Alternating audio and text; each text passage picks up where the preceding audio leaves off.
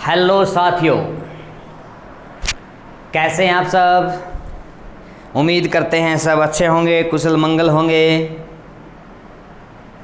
एक बार फिर आपका स्वागत करते हैं आपके अपने YouTube channel maths with Gopal sir. साथियों, हमने लास्ट लेक्चर में कुछ क्वेश्चंस लगाए थे, प्रैक्टिस क्वेश्चंस लगाए थे, किससे रिलेटेड, HCF से रिलेटेड। और आज हम उसी सीरीज़ को, प्रैक्टिस सीरीज़ को आगे बढ़ाने वाले हैं। तो मैं गोपाल शर्मा आप सबका स्वागत करता हूं आज के इस सेशन में। चलिए बिना टाइम लॉस किए हम क्वेश्चन शुरू कर देते हैं। तो आज के लिए जो पहला क्वेश्चन आपके सामने आ रहा है वो क्या है। क्वेश्चन क्या कहता है, दो संख्याओं का योग 36 है। दो संख्याओं का योग, दो संख्याओं का योग, दो संख्याओं का योग है 36। दो संख्याओं का योग है 36। फिर उनका मैसव है, इन दोनों का मैसव है जो है वो कितना है, 4। कितना है, 4। तो कहता है इस प्रकार की संख्याओं के, इस प्रकार की संख्याओं के कितने जोड़े बन सकते हैं, बन सकते हैं। कुछ साथियों की फरमाइश के ऊपर कल के लेक्चर में कुछ साथियों की फरमाइश आई थी कि सर आप स्टेटमेंट लिखा करो। तो उन साथियों की फरमाइश के ऊपर हम कोशिश कर रहे हैं कि स्टेटमेंट पूरी लिखी जाए, लेकिन शॉर्ट फॉर्म में लिखी जाएगी टाइम बचाने के लिए। तो दो संख्याएं हमारे पास ऐसी है जिनका योग करें, जिनका जोड़ करें जो 36 आए, और उनका जो मैसव है वो 4 है। तो ऐसी संख्याओं के कितने जोड़े हो सकते हैं ये हमें बताना है। तो कल आपको एक बात बताई गई थी, माना संख्याएं, माना संख्याएं। और कुछ साथी ये कहते हैं कि जो ये मानने वाले टीचर है ना, माना x संख्या x, माना संख्या y, ये जो मानने वाले टीचर है ये हमें अच्छे नहीं लगते। भाई कुछ न कुछ तो मानना पड़ेगा ना, अगर कुछ चीज़ निकालनी है आपको तो कुछ न कुछ चीज़ आपको माननी पड़ेगी। माना संख्याएं, मैंने क्या कहा था, एक तो आपने x और y लेना है, हो सकता है आप a भी ले लें, कोई दिक्कत नहीं है। एक तो आपको x और y लेना है और इनके साथ, इन x y के साथ गुणा करनी है किसकी, जो आपका मैसव आया है, यानी कि जो HCF आया है। तो संख्याएं हमारी बनेगी 4x और 4y। x और y आप अपनी तरफ से लगा लें और x और y के गुणा में क्या लिखना है, जो हमारा मैसव आया है वो, तब जाके आपकी संख्याएं बनेगी। ये पहली संख्या होगी साथी, ये दूसरी संख्या होगी। यहाँ x और y के बारे में एक बात ध्यान रखनी है कि जो आप x और y ले रहे हैं ना, वो को प्राइम नंबर होनी चाहिए। को प्राइम यानी कि सह अभाज्य संख्याएं, सह अभाज्य संख्याएं होनी चाहिए। कल की क्लास में भी मैंने बताया था, मान लीजिए एक संख्या आपके पास 8 है, एक संख्या आपके पास 9 है। तो 8 के जब आप गुणनखंड करेंगे तो क्या आएगा, 2, 4 या फिर 8, और 9 के गुणनखंड करेंगे तो 3 और 9 आएगा। मैंने क्या बताया था, को प्राइम यानी कि सहभाज्य संख्याएं ऐसी होती हैं जिनके गुणनखंडों में कोई भी गुणनखंड कॉमन ना आए। अब इसके गुणनखंड है 2, 4, 8 और इसके गुणनखंड है 3, 9, तो इनके गुणनखंडों में कोई भी कॉमन नहीं है, कोई भी गुणनखंड कॉमन नहीं है। तो ऐसी संख्याएं होती हैं, कौन सी, सहभाज्य संख्याएं, जिनके गुणनखंडों में कोई भी गुणनखंड कॉमन ना आए। ठीक है सर, इतनी बात समझ में आ गई। तो x और y जो आप ले रहे हैं वो ऐसी संख्याएं लेनी है कि उनके गुणनखंड किए जाएं तो कुछ भी उनमें कोई भी गुणनखंड कॉमन नहीं आना चाहिए। ठीक है, तो क्वेश्चन के अकॉर्डिंग क्या दे रखा है कि जो दो संख्याएं आपने ली है ना, उनका कर दो योग, योग यानी कि जोड़। कितना आएगा, 36 आएगा, ये बात दे रखी है हमें। उन दोनों संख्याओं का जो योग होगा यानी कि जोड़ होगा वो 36 होगा। अब यहाँ से क्या करो, सबको 4 से भाग कर दो। सबको 4 से भाग कर दिया तो आंसर आ गया यहाँ x + y बराबर है 9 के। x + y जो है 9 के बराबर है। कहने का मतलब ये हुआ कि x और y ऐसी दो संख्याएं हैं, x और y ऐसी दो संख्याएं हैं जिनका योग करोगे तो 9 आएगा। तो x और y अगर ऐसी संख्याएं हैं जिनका योग करें तो 9 आए, तो क्या क्या पॉसिबिलिटी है x और y होने की? इनका योग जो है वो 9 होना चाहिए। तो क्या क्या पॉसिबिलिटी है? आप कहोगे सर x 1 हो, y 8 हो, x 2 हो, y 7 हो, x 3 हो, y 6 हो, x 4 हो, y 5 हो। ये पॉसिबिलिटी है। अब यहाँ जोड़ करोगे यहाँ भी 9 आएगा, यहाँ जोड़ करोगे यहाँ भी 9 आएगा, यहाँ भी 9 और यहाँ भी 9। यही तो हमें चाहिए था कि दो ऐसी संख्याएं x और y है जिनका योग किया तो 9 आया। लेकिन यहाँ कुछ जोड़े संभव नहीं होंगे, कुछ जोड़े पॉसिबल नहीं होंगे। कौन से? ये जोड़ा संभव नहीं होगा, ये जोड़ा पॉसिबल नहीं होगा। क्यों नहीं होगा? क्योंकि देखो 3 और 6 में, 3 और 6 की बात करोगे तो 3 और 6 जो है वो सहभाज्य संख्या नहीं है भाई, वो सह-अभाज्य संख्या नहीं है। क्यों? क्योंकि 3 के अगर आप गुणनखंड करेंगे तो 3 आएगा, और 6 के करोगे तो 2 और 3 आएगा। तो इनमें क्या है, एक गुणनखंड कॉमन आ गया।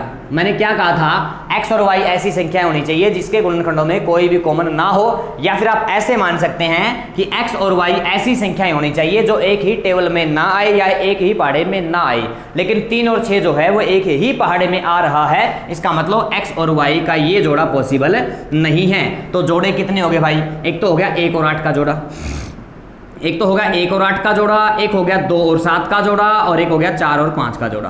तो साथियों जोड़े कितने बन गए? कितने जोड़े बन गए? आप कहोगे गुरुजी जोड़े 3 बन गए, तो इसका आंसर क्या हो जाएगा? 3 हो जाएगा। 3 जोड़े क्या हैं? पॉसिबल है। उम्मीद करते हैं कहानी समझ में आ गई होगी।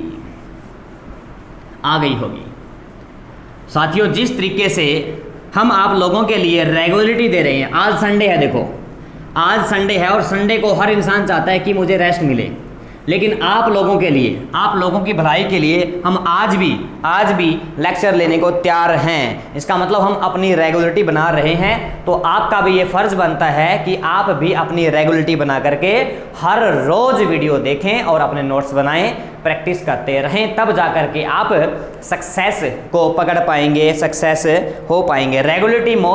Regularity is the most important thing in education, या फिर आप कहें कि एजुकेशन का जो पहला रूल होता है वो रेगुलरिटी होता है साथियों।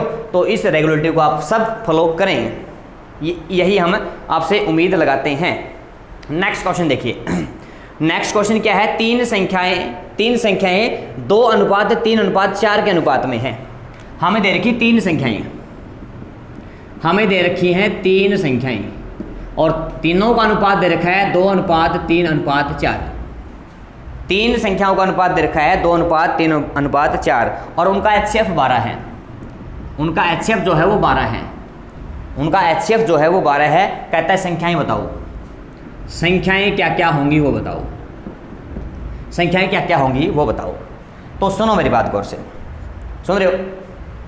यहां हमें अनुपात दे रखा है, और जब भी आपको अनुपात दे रखा हो ना, इनके साथ कुछ न कुछ लगा दो।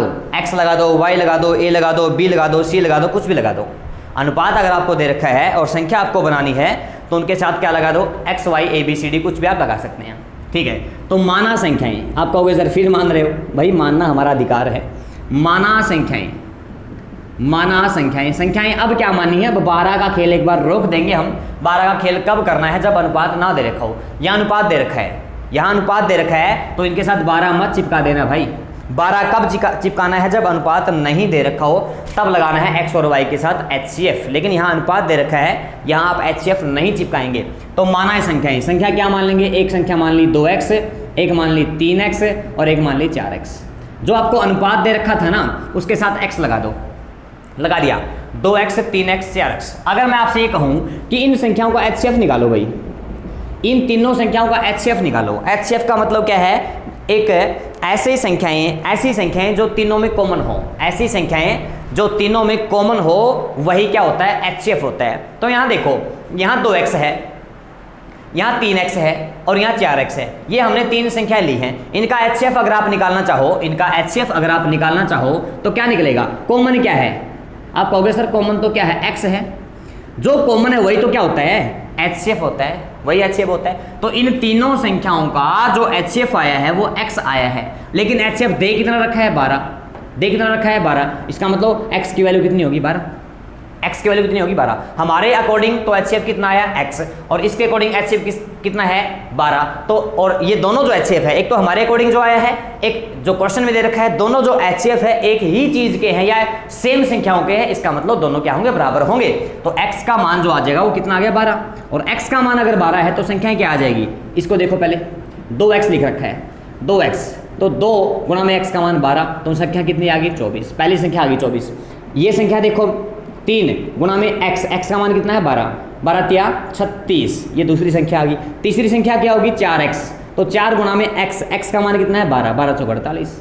आगे तीनों संख्याएं, पहली संख्या क्या थी 24, अगली क्या थी 36, और अगली क्या थी 48। बस ये तीनों संख्याएं आ जाएंगी।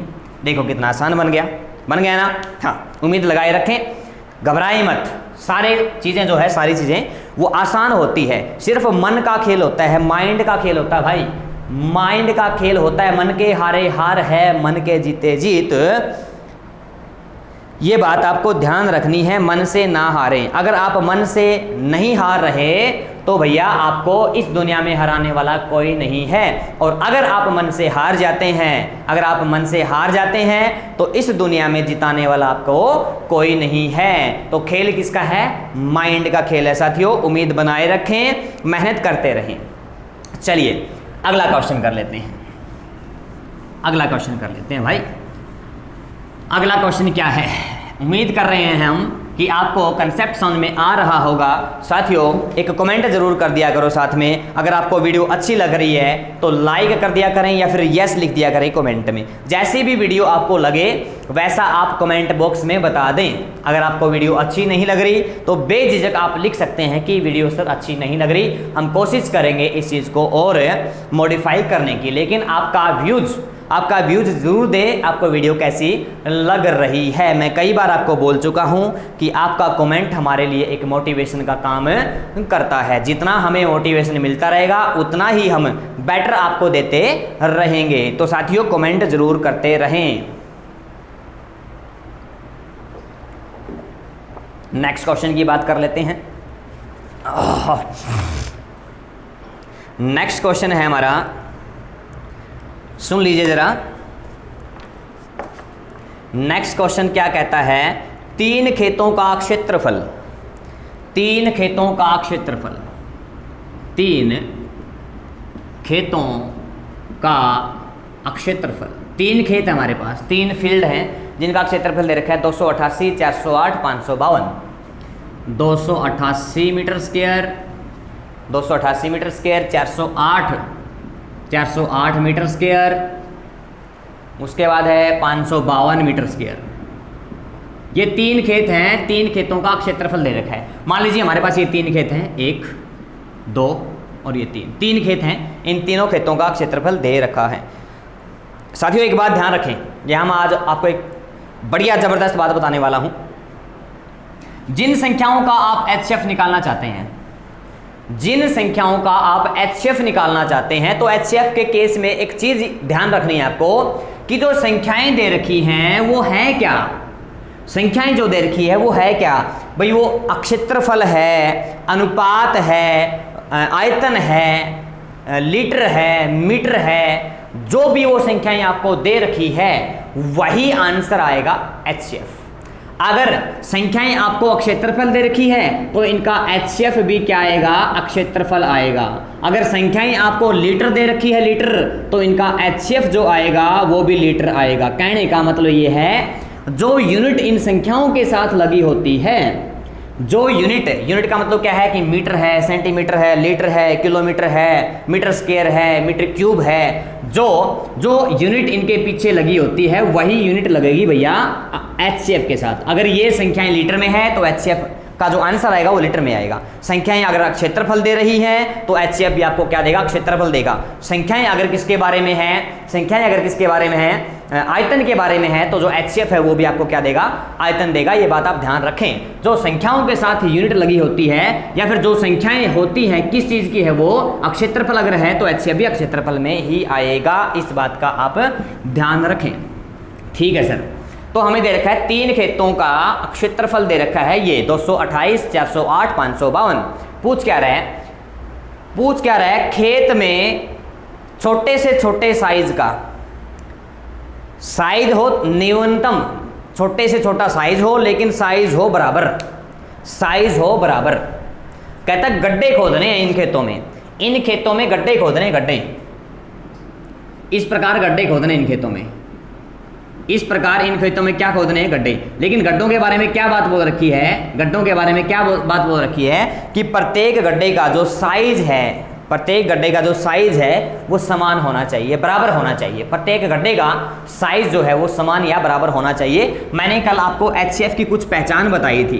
पहली पहचान बताई थी कि क्या लिखा मिलेगा, बराबर लिखा मिलेगा, बराबर या फिर समान लिखा मिलेगा, समान। जैसे कि क्या है, ऊंचाई बराबर है, या फिर आयतन बराबर है, या फिर क्षेत्रफल बराबर है, या फिर उनकी लंबाई बराबर है। यहाँ पूछ रखा है कि जो साइज है गड्ढों का वो बराबर है। जब भी बराबर की बात की जाए तो कंसेप्ट HCF का लगता है। एक बात और मैंने बताई थी, जो HCF होता है वो हमेशा छोटा आएगा, हमेशा छोटा या बराबर होगा। किससे?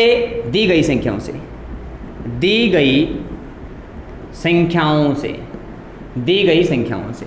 तो देखो एक बात कॉमन सेंस की है, जो भी आप गड्ढे खोदोगे ना, जो भी आप गड्ढे खोदोगे वो गड्ढा कभी भी बड़ा नहीं हो सकता पूरे खेत से।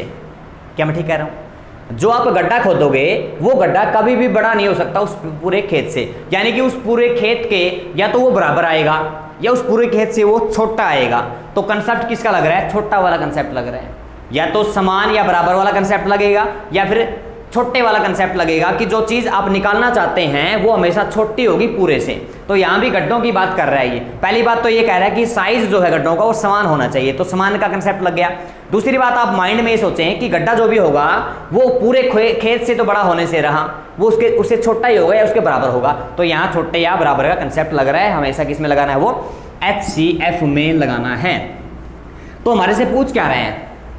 हमारे से पूछ क्या रहा है कि जो आप गड्ढे खोद रहे हैं ना, गड्ढे खोद रहे हैं, जो गड्ढे आपने खोदे हैं आयताकार खोदने हैं, आयताकार। मान लीजिए ये गड्ढा खोदा है, सॉरी मैंने ये वृत्त बना दिए, दोबारा बता देता हूँ मैं। देखो मान लीजिए आपके पास ये खेत है, मान लीजिए आपके पास ये खेत है, तो इस खेत में गड्ढे खोदने हैं किस कैसे आकार के? आयताकार, आयताकार। प्रत्येक खेत में 3 खेत है, तीनों खेतों में ऐसे गड्ढे खोदने हैं। और कहता है जो एक गड्ढा है ना, एक गड्ढा, उसकी चौड़ाई दे रखी है, चौड़ाई कितनी? 4 मीटर, चौड़ाई दे रखी 4 मीटर। तो उस गड्ढे की लंबाई क्या होगी आपसे पूछ रहे हैं, उस गड्ढे की लंबाई क्या होगी ये पूछ रहे हैं। साथियों क्वेश्चन मैं अपने हिसाब से ज़बरदस्त लेके आ रहा हूँ आप लोगों के लिए। ऐसे ऐसे क्वेश्चन आपको देने वाला हूँ जिंदगी में आपने कहीं नहीं देखे होंगे। बस क्या करना है आपको, धैर्य बना करके वो क्वेश्चन देखते रहें और प्रैक्टिस लगाएं। भाई साहब कहीं मार नहीं खाओगे, हर रोज़ बोल रहा हूँ मैं ये बात। विश्वास रखो, विश्वास बनाओ। विश्वास कब बनेगा? जब आप रेगुलर हमारे साथ जुड़े रहेंगे, रेगुलर हमारे साथ जुड़े रहेंगे, तब आपको पता लग जाएगा कि मैं झूठ बोल रहा हूँ या सच बोल रहा हूँ। मेरे बोलने से कुछ नहीं होता, आप रेगुलर देखते जाइए जो मैं करवा रहा हूँ। और जब चैप्टर फिनिश हो जाएगा ना, फिर आप देखना एक बार कोई भी बुक उठा करके कि कोई क्वेश्चन रह तो नहीं गया, कोई क्वेश्चन रह तो नहीं गए। तो वहाँ आपको क्या मिलेगा? कोई भी क्वेश्चन ऐसा नहीं मिलेगा जो यहाँ करवाया ना गया हो। ध्यान से देखिए क्या बताया मैंने, 3 खेत जिनका साइज ये दे रखा है, इन तीनों खेतों में वर्गाकार आयताकार गड्ढे खोदने हैं। और कंडीशन ये है कि प्रत्येक गड्ढा का जो साइज है यानी कि लंबाई और चौड़ाई है वो बराबर होनी चाहिए, वो बराबर होनी चाहिए। ठीक है सर, क्या कहा मैंने? HCF निकाल लो। HCF क्यों निकालो? कंसेप्ट मैंने आपको बता दिया HCF क्यों निकालना है। तो आपको क्या करना है? HCF निकालना है किसका? 288 का, 408 का और 552 का। 288 का, 408 का, 288 का, 408 का और 552 का। अंतर वाला कंसेप्ट आप लगा सकते हैं कि डिफरेंस कितने कितने का है। 288 का और 408 का डिफरेंस 120 का है, और 408 का और 552 का डिफरेंस 144 का है। ये डिफरेंस निकाल दिया। अब देखो क्या 120 से ये चारों भाग हो जाएंगी? नहीं होगी सर, ये भी नहीं होगी, ये भी नहीं होगी, ये भी नहीं होगी। क्या 144 से भाग हो जाएगी? नहीं होगी। अगर इनमें से किसी एक संख्या से भाग हो जाए फिर तो यही HCF है, और अगर इनसे भाग ना हो तो इनका भी अंतर निकाल लो, इनका भी अंतर निकाल लो। इनका अंतर कितना आया? 24। इनका अंतर कितना आया? 24। अब देखो क्या 288 24 से भाग हो रहा है? चेक करो एक बार। क्या 288 24 से भाग हो रहा है? बिल्कुल हो रहा है सर। क्या 408 24 से भाग हो रहा है? बिल्कुल हो रहा है सर। क्या 552 24 से भाग हो रहा है? बिल्कुल हो रहा है सर। पीछे वाले क्लासों में मैंने आपको एक बात बता रखी है, HCF वही संख्या होगी जो सभी संख्याओं को भाग कर देगी। HCF वही संख्या होगी जो दी गई सभी संख्याओं को भाग कर देगी। 120 क्यों नहीं हुआ? क्योंकि ये भाग नहीं कर रहा था सभी को। 144 क्यों नहीं हुआ? क्योंकि ये सभी को भाग नहीं कर रहा था। इनका खुद का अंतर निकाल लो, कितना आ गया? 24 सबको भाग कर रहा है। तो भैया HCF आ गया अपना, HCF आ गया 24, HCF जो आ गया आपका वो आ गया 24। अब मैंने एक बात बताई थी आपको, जो ये HCF आया 24 वो क्या है? मीटर स्क्वायर आया है। 24 मीटर स्क्वायर, 24 मीटर स्क्वायर आया। क्यों आया? क्योंकि यहाँ आपको जो शुरू में संख्या दे रखी थी मीटर स्क्वायर में है, तो HCF भी मीटर स्क्वायर में आएगा। और HCF क्या आया है एक्चुअल में? HCF है क्या? यहाँ क्षेत्रफल था किसका? खेतों का। यहाँ खेतों का क्षेत्रफल दिया था, तो ये भी क्षेत्रफल होगा, ये भी क्षेत्रफल होगा किसका? जो गड्ढे आपने समान साइज के खोदे हैं। जो HCF आया है वो क्या होगा? गड्ढों का, प्रत्येक गड्ढे का, प्रत्येक गड्ढे का क्षेत्रफल होगा। और गड्ढे का आकार क्या है?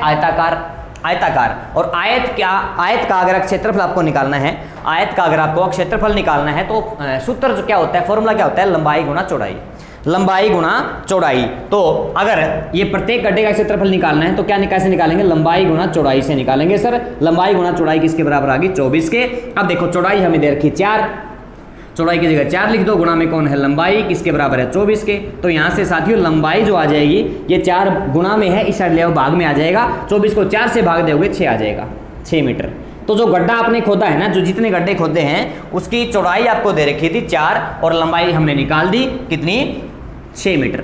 ये इसका आंसर हो जाएगा। उम्मीद करते हैं बातें कहानी समझ में आ रही होंगी। ठीक है सर, समझ में आ रही है। आगे बढ़िए, चलिए आगे बढ़ते हैं भाई। नेक्स्ट क्वेश्चन हम बात कर रहे हैं, नेक्स्ट क्वेश्चनों की बात कर रहे हैं। नेक्स्ट क्वेश्चन क्या कहता है? किसी आयताकार खेत का आकार, कोई खेत है आयताकार, आयताकार कोई खेत है, मान लीजिए ये आपका खेत है आयताकार, आयत के आकार का। किसी आयताकार खेत का आकार हमें दे रखा है कितना? 284, 248, यानी कि लंबाई 284 है और 248 इसकी चौड़ाई है। 284 मीटर और 248 मीटर। ठीक है सर, इस खेत में लगने वाली कम से कम वर्गाकार टाइलों की संख्या ज्ञात करो। कहता है टाइल कितनी लगेगी इस खेत में, इस खेत में टाइल कितनी लगेगी। अब एक बात देखो, यह है खेत हमारा, टाइल लगानी है हमें ये। अब एक बात बताओ, एक बात बताओगे क्या? जो टाइल आप लगाओगे ना उनका साइज जो है वो सेम होता है, उनका साइज जो है वो सेम होता है। और दूसरी बात ये है कि एक लाइन में जितनी टाइल होंगी अगली लाइन में भी उतनी ही टाइल लगेंगी और उससे अगली लाइन में भी उतनी ही टाइल लगेंगी। क्या मैं ठीक कह रहा हूँ? तो यहाँ कंसेप्ट मैं बताऊँगा आपको, बिल्कुल बताऊँगा कंसेप्ट कैसे समझ में आएगा आपको। पहली बात तो मैं ये कह रहा हूँ कि ये आयताकार खेत है, आयताकार खेत है, इसमें समान आकार की टाइल लगाई ने, टाइल। तो समान आकार यानी कि बराबर आकार। पहली बात तो बराबर वर्ग निकल के आ गया। दूसरी बात ये देखो, जो एक लाइन है, जैसे हम घरों में भी लगाते हैं तो फर्श पे मान लीजिए टाइल लगानी है। अगर आपका फर्श क्या है? आयताकार है, तो एक लाइन में जितनी टाइल लगेंगी सभी लाइनों में उतनी ही टाइल होंगी। तो आप ये कह सकते हैं कि प्रत्येक पंक्ति में टाइलों की संख्या बराबर होगी। प्रत्येक पंक्ति में टाइलों की संख्या बराबर होगी। तो यहां से भी कौन कंसेप्ट निकल रहा है? बराबर वाला कंसेप्ट निकल रहा है। ठीक है सर, तीसरी बात और सुन लो, हमारे पास आयताकार खेत है और टाइल जो है, टाइल क्या वो टाइल पूरे आयताकार खेत से बड़ी हो सकती है? बिल्कुल नहीं हो सकती। जो टाइल है, टाइल जो आप लगाते हैं उसका साइज हमेशा उस खेत से छोटा होगा। और साइज छोटा या बराबर होने का कंसेप्ट किस में था? HCF में था। तो सीधी सी स्पष्ट बात क्या है कि गुरुजी अगर आपको क्या निकालनी है, अगर आपको टाइल निकालनी है, टाइल, अगर आपको क्या निकालनी है? टाइल निकालनी है, टाइल, तो कैसे निकालोगे? कैसे निकालोगे? HCF निकालना पड़ेगा। तो संख्या है 284 मीटर और यहाँ है 248 मीटर। 284 metre, 248 metre. अरे इतनी बात समझ में आ गई क्या तुम्हें? बोलो भाई बोलो। आगे सर, अब देखो ये भी मीटर में है और ये भी मीटर में है, तो आंसर जो आएगा हमारा वो भी मीटर में आएगा, बिल्कुल आएगा। अभी आपको बताया गया था कि संख्याएं जिस यूनिट में हैं एचसीएफ भी उसी यूनिट में आएगा। बिल्कुल सही कह रहे हो सर। आ जाओ क्या निकालते हैं इनका, एचसीएफ निकाल लेते हैं। तो देखो एचसीएफ निकालने के लिए अंतर देखो कितने का है, अंतर कितने का, 36 का अंतर है भाई। कितने का अंतर है, 36 का अंतर है, 36 का। तो देखो क्या 36 एचसीएफ हो सकता है? 36 एचसीएफ तब होगा, कब होगा, जब ये 36 इसको भी भाग कर देगा, इसको भी भाग कर देगा। नहीं कर रहा सर। तो इससे छोटा गुणनखंड कौन सा है, 18, वो भी नहीं कर रहा सर। इससे छोटा कौन सा है, 36 के कर रहा हूं मैं। या तो मैंने क्या कहा था, या तो वो संख्या ही एचसीएफ होगी या फिर उसके गुणनखंड एचसीएफ होंगे।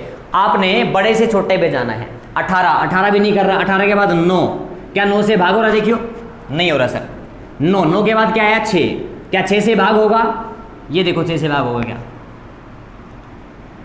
6 से भाग होगा या नहीं होगा, नहीं हो रहा सर 6 से भी। 6 के बाद 4 पे चेक करो, 4 पे 284, 4 से भाग हो रहा है, 248 4 से भाग हो रहा है। जो संख्या दी गई संख्याओं को भाग कर दे वही तो क्या होता है गुरुजी, एचसीएफ होता है। तो इसका एचसीएफ कितना आ गया, 4। एचसीएफ कितना आ गया, 4। अब सुन लो जरा, अब समझने वाली बात आ गई। एचसीएफ आ गया 4 और जो एचसीएफ आया है वो 4 क्या है, देखो यहां जो आंसर आया आपका, यहां जो आंसर आया है वो मीटर में था। और ये चीजें क्या थी, ये साइडें थी, साइड, ये भी साइड थी, ये भी साइड, समझ रहे हो। एक लंबाई थी एक चौड़ाई थी, तो साइड ही होगी। तो यहां अगर आपका जो नंबर है, आपकी जो संख्याएं हैं साइड बन रही है, तो ये भी हमारी साइड होगी और क्या होगा, 4 मीटर होगा। लेकिन साइड किसकी होगी, वो तो साइड कौन सी थी, बड़ी यानी कि खेत की। लेकिन ये साइड जो है छोटी होगी, और छोटी अगर होगी तो किसकी साइड होगी, वो टाइल की साइड होगी मेरे साथियों, टाइल की। तो जो टाइल आप बना रहे हैं ना, टाइल वर्गाकार, जो टाइल आप बना रहे हैं उसकी साइड आ गई 4 मीटर। और वर्गाकार अगर ये है, वर्गाकार अगर ये है तो वर्ग में क्या होता है, लंबाई और चौड़ाई बराबर होती है, लंबाई और चौड़ाई बराबर होती है साथियों।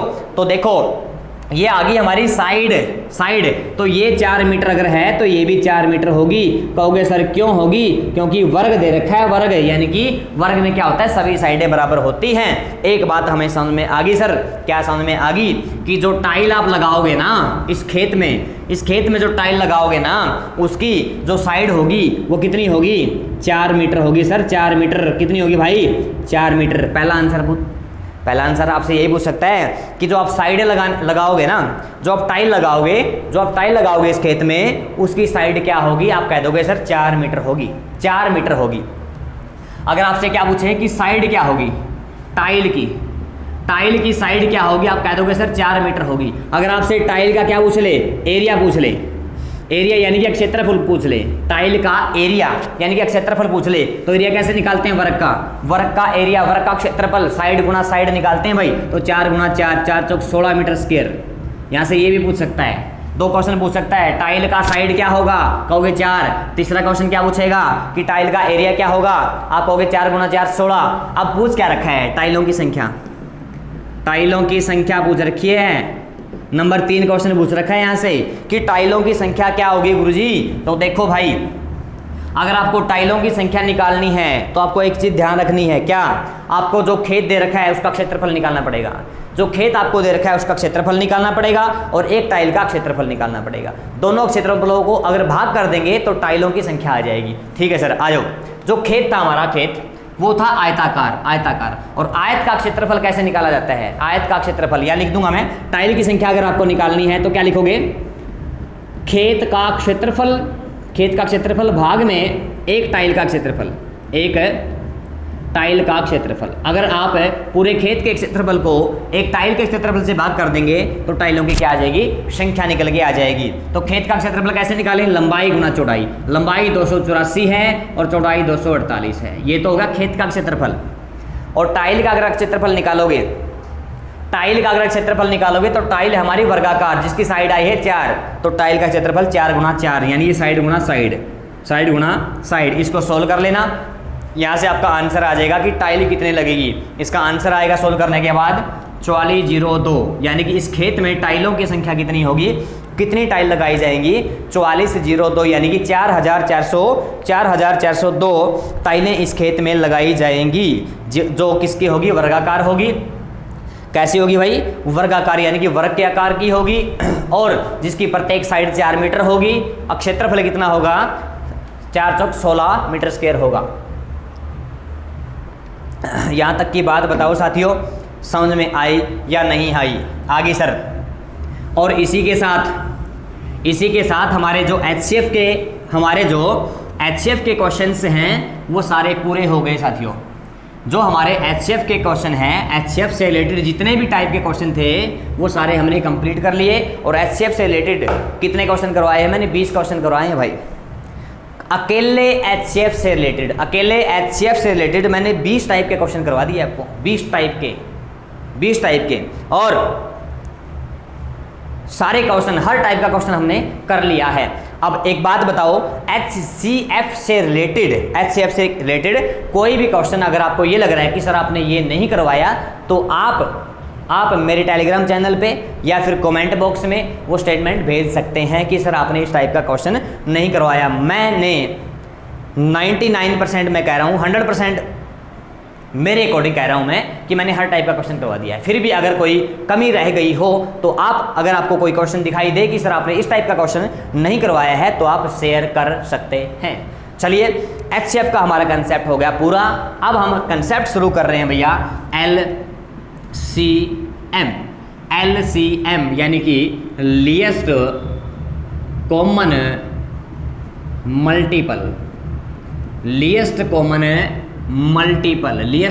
मल्टीपल का जो कंसेप्ट है वो करने जा रहे हैं। और वो जो हम करेंगे, लीस्ट कॉमन मल्टीपल का जो कंसेप्ट करेंगे वो करेंगे भैया हम नेक्स्ट लेक्चर में। तो साथियों बने रहे हमारे साथ, और सब साथियों का थैंक यू। अगर इस क्लास की आपको PDF चाहिए तो हमारे टेलीग्राम चैनल से आप इस क्लास की PDF ले सकते हैं। टेलीग्राम का चैनल का नेम क्या है? DSSB स्टडी मटेरियल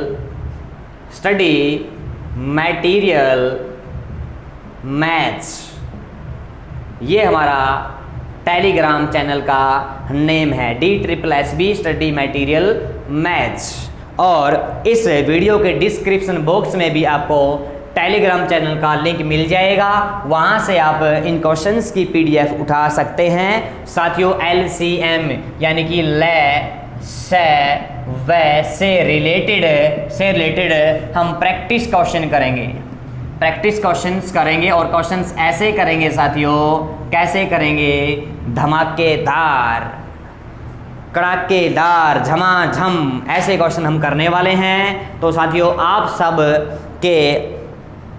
सबके इस स्नेह के, इस प्रेम के लिए मैं आप सबका आभारी हूँ। सब साथियों का धन्यवाद। जय हिंद, जय भारत। मिलते हैं नेक्स्ट लेक्चर में। Tata, bye bye.